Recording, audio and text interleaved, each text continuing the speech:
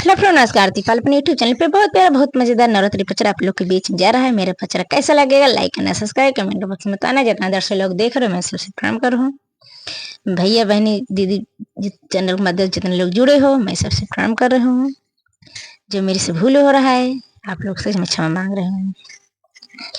फूलवा फूलेला का चनार है मैया के ही अलयबू। फूलवा फूलेला का चनार है के ही अलयबू। फूलवा फूलेला का चनार है मैया के ही अलयबू।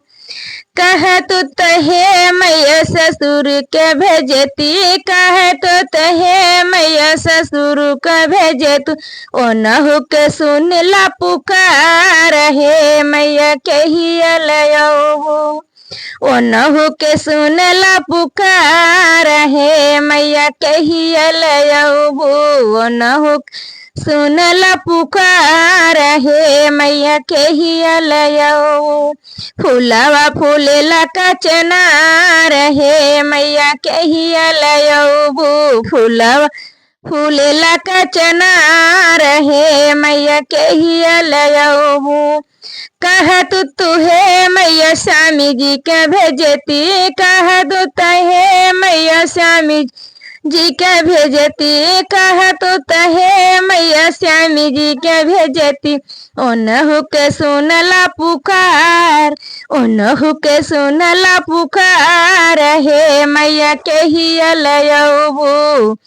ओनहु के सुनला पुकार है मैया के ही अलयबू।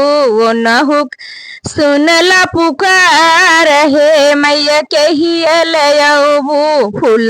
फूलेला का चनार है मैया के ही अलयबू। फूलवा फूलेला का चनार है मैया के ही अलयबू।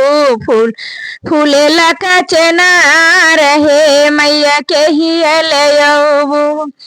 कह तू तहे मैया लालन के भेजती, कह तू तहे मैया लालन के भेजती, कह तू तहे मैया लालन के भेजती। शेरवा पे होई के सवार है मैया के ही अलयबू। शेरवा पे होई के सवार है मैया के ही अलयबू। शेरा पे होई के सवार है मैया के ही अलयबू। शेरवा पे होई के सवार है मैया के ही अलयबू। फूलेला का चनार है मैया के ही अलयबू। फूलवा फूल का चनार है मैया के ही अलयबू। फूलवा फूल का चनार है मैया के ही अलयबू। फूलवा फूलेला का चनार है मैया के ही अलयबू। फूलवा फूल का चनार है मैया के ही अलयबू। जितना दर्शक लोग देख रहे हैं मैं से प्रणाम कर रहा हूँ। मेरा गाना कैसे लगा कमेंट में जरूर बताना। जय श्री कृष्णा, राधे राधे। आप लोग कैसे हो कमेंट में जरूर बताना। मैं सबसे प्रणाम कर रहा हूँ।